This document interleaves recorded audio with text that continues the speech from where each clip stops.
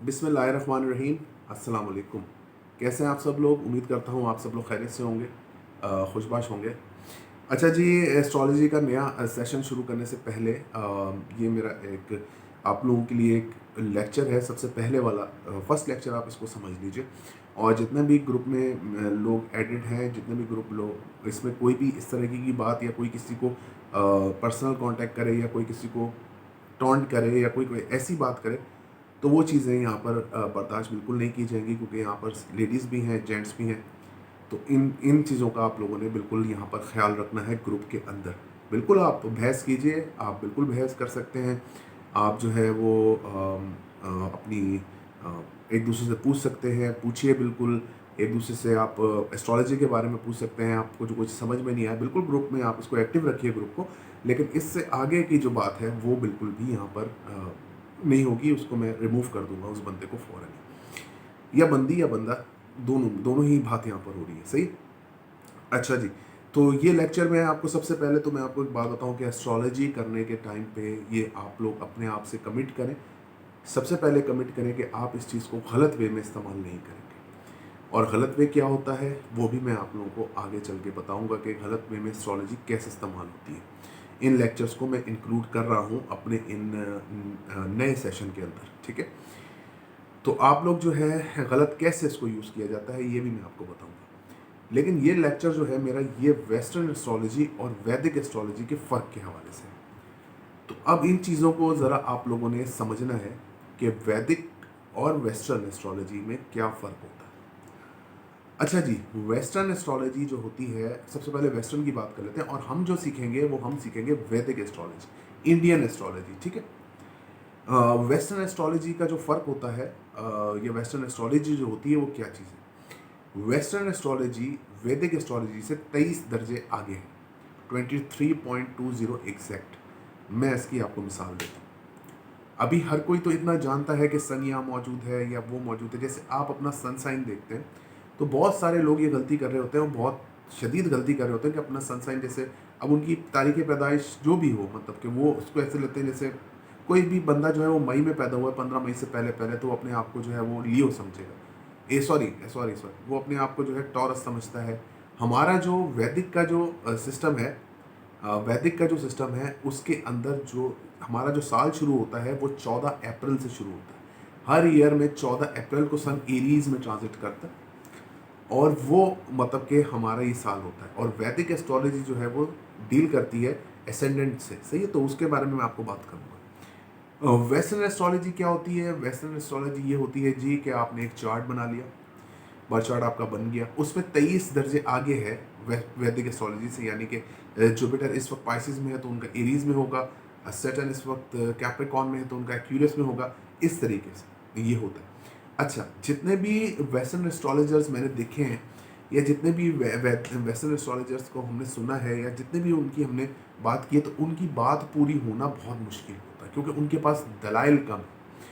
अब जैसे एक चीज़ मैं आपको बता दूं कि राहु केतु की जहाँ तक की बात है, कि राहु केतु में बहुत लोग कंफ्यूज होते हैं कि ये चीज़ नहीं है। लेकिन अब जो है तकरीबन 4-5 साल से, 8 साल से वेस्टर्न एस्ट्रोलॉजी वाले भी राहु और केतु को लेते हैं, और वो इस चीज़ को मानते हैं कि राहु और केतु जो है वो इंडियन एस्ट्रोलॉजर्स का एक इंडियन एस्ट्रोलॉजर्स ने उसको तख्लीक किया, मतलब इंडियन एस्ट्रोलॉजर्स ने उसको फाइंड किया, आप इस तरह से कह लें। इंडियन एस्ट्रोलॉजर्स ने उसको फाइंड किया, और इंडियन एस्ट्रोलॉजी ही उसमें बेहतरी का, मतलब इंडियन एस्ट्रोलॉजी से वो थैंकफुल है इंडियन एस्ट्रोलॉजी के वेस्टर्न एस्ट्रोलॉजी। अब देखें ना, बात सारी ये है कि अगर आप वेस्टर्न एस्ट्रोलॉजी को फॉलो करते हैं, तो वेस्टर्न एस्ट्रोलॉजी वाले क्या करते हैं कि जो एक्सपेक्ट्स होते हैं प्लैनेट के, यानी कि जैसे जुपिटर का जो फिफ्थ, सेवन्थ और नाइन्थ एक्सपेक्ट होता है, ये आपको आगे लेक्चर्स में पता चलेगा। तो वो जो एक्सपेक्ट है ना, उसको, हाँ, मतलब एक्सपेक्ट वेस्टर्न एस्ट्रोलॉजी में एक्सपेक्ट का कोई कॉन्सेप्ट नहीं है। वेस्टर्न एस्ट्रोलॉजी में जो कॉन्सेप्ट है वो ट्राइन्स का है। सही है, यानी ट्राइन, जुपिटर की सन को ट्राइन, मतलब आमने सामने होना। जुपिटर की सन को ट्राइन, जुपिटर की सैटर्न को ट्राइन, सैटर्न की मार्स को ट्राइन, मतलब आमने सामने होना। ट्राइन का मतलब होता है जैसे अगर आपके असेंडेंट में कोई प्लैनेट मौजूद है, और फिर वो आपके जो है वो 7th हाउस में हो, तो ये ट्राइन बन जाएगी। ठीक है, ये अगर कोई एक प्लैनेट 8 हाउस में मौजूद है तो आपके सेकंड हाउस में होगा, ये ट्राइन बन जाएगी। वो ट्राइन को पढ़ते हैं और उसमें सबसे ज़्यादा जो इंपॉर्टेंस दी जाती है वो ट्रांजिट को दी जाती है। उसमें ना एस्तवर्ग स्कोर, उसमें ना आप किसी बीमारी को पकड़ सकते हैं, क्योंकि उनको इतनी नॉलेज नहीं है कि आप किसी बीमारी को पकड़े। वो सिर्फ आपको एक स्टोन पकड़ा देंगे, 6 8 12 का भी स्टोन आपको पहना देंगे। ये आपको पता चलेगा आगे आने वाले लेक्चर्स में 6 8 12 क्या होता है। 6 8 12 का भी आपको स्टोन पकड़ा देंगे। और उसके अलावा आपको ये नहीं देखेंगे कि सैटर्न केतु प्लेस्ड है आमने सामने, सैटर्न नज़र है क्या है क्या नहीं, ये चीज़ें वो नहीं मेंशन करते। जब हम और भी वो ट्राइन देखेंगे, अच्छा मरकरी आपका घूम के असेंडेंट में आएगा, यानी अगर आप उनके हिसाब से जेमिनी असेंडेंट बनते हैं तो वो मरकरी घूम के उधर आएगा और मरकरी जो है वो आपको ये फ़ायदा इस टाइम पे देगा। जुपिटर अगर आपके असेंडेंट में आया तो ये साल आप लोगों का बहुत अच्छा है। लेकिन अगर जिस टाइम पे आप पैदा हुए हैं और उस टाइम पे अगर आपके एसेंडेंट का एस्त वर्ग स्कोर, जो आपके स्कोर जो प्लैनेट्स देते हैं आपको, अगर एसेंडेंट का एस्त वर्ग स्कोर आपका 25 से नीचे हुआ तो जुपिटर क्या करेगा, वहाँ पे कुछ नहीं कर सकता। वो राजयोग आपका बेकार है। जेमिनी में जुपिटर को राजयोग लगता है।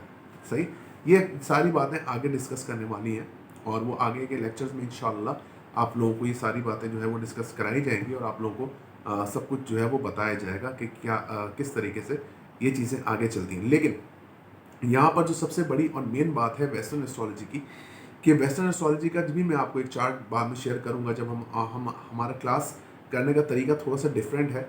जो जो भी चीज़ होती है इसमें मैं इसलिए सारी बातें कर रहा हूँ ताकि फिर उसके बाद लेक्चर्स का आगाज़ किया जाए कि जो भी सारी चीज़ होती है उसके अंदर पता है क्या, उसके अंदर ये हम करते हैं कि आपको जो टेस्ट दिया जाएगा, जो आपको कोई जायचा रीड करने के लिए दिया जाएगा, तो उसको मैं खुद मतलब कि आपसे सुनूंगा, मतलब सब एक एक बारी बारी उस जायचे को रीड करेंगे और फिर मैं उस जायचे की रीडिंग दूंगा। तो इस तरीके से हम आपको पक्का करेंगे ताकि आप लोग एक सीख जाएं कि एस्ट्रोलॉजी मतलब आप लोगों ने एक सीखनी है। तो वेस्टर्न एस्ट्रोलॉजी में ट्रांजिट यानी कि आपका प्लैनेट इस वक्त कहाँ है ये बहुत मैटर करता है।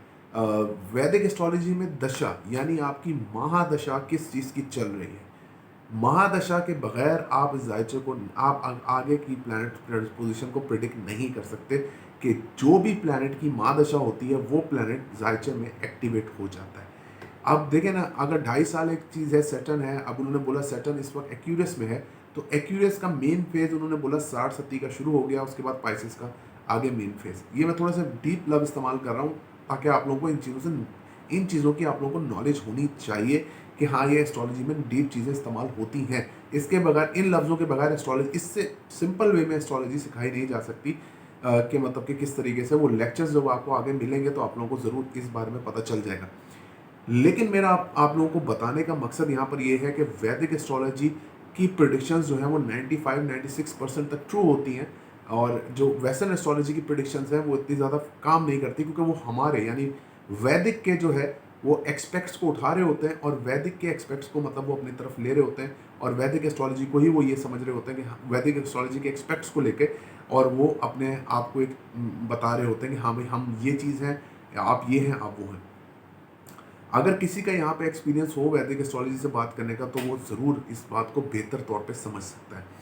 आप लोगों ने जो लेक्चर्स जो आपके स्टार्ट होंगे उसमें सबसे पहले आप लोगों ने अपने दिमाग से सन साइन का कॉन्सेप्ट निकाल देना है कि सन साइन मून साइन का कोई कॉन्सेप्ट होता है। आपने एनर्जीज पढ़नी है, यहाँ पे एनर्जीज पे काम करने हैं, कॉम्बिनेशन ऑफ प्लैनेट्स पढ़ने हैं। कॉम्बिनेशन ऑफ प्लैनेट से आप जो है वो काफ़ी अच्छे तरीके से मामला को बेहतर कर सकते हैं। दूसरी चीज़ ये है कि यहाँ पर वो चीज़ें शेयर नहीं की जाएंगी कि इस बंदे ने ये सिखाया था या ये यूट्यूब का ये लिंक है, आप ये कह रहे हैं और आप वो कह रहे हैं। ये सारी चीज़ें आपकी बंद हैं। ये मतलब जिस तरह बोलते हैं ना डॉक्टर ने बंद कर दी, तो ये सारी चीज़ें आप लोगों की बंद है कि आप किसी और चीज़ को इस पर सर्च करें। आपको जायचा बिल्कुल बनाना सिखाया जाएगा इंशाल्लाह ताला। अगले 3 महीनों में आप इस काबिल हो जाएंगे कि आप जायचे को पढ़ सकते हैं और आप देख सकते हैं कि हाँ आने वाला कल या गुजरा हुआ कल जो है वो कैसा हुआ होगा और आने वाला कल जो है वो कैसा हो सकता है और इस बंदे को या इस बंदी को हमें किन किन चीज़ों की रेमेडी रिक्वायर्ड है, हम कौन से जेमस्टोन इनको पहना सकते हैं। तो ये चीज़ें इंशाल्लाह ताला आपके साथ मुकम्मल तौर पे शेयर की जाएंगी और मैं आप लोगों को वेलकम करता हूँ। आप लोग इस लेक्चर को देखिए, फिर इंशाल्लाह ताला आप लोगों को और लेक्चर्स भी प्रोवाइड किए जाएंगे। बहुत शुक्रिया।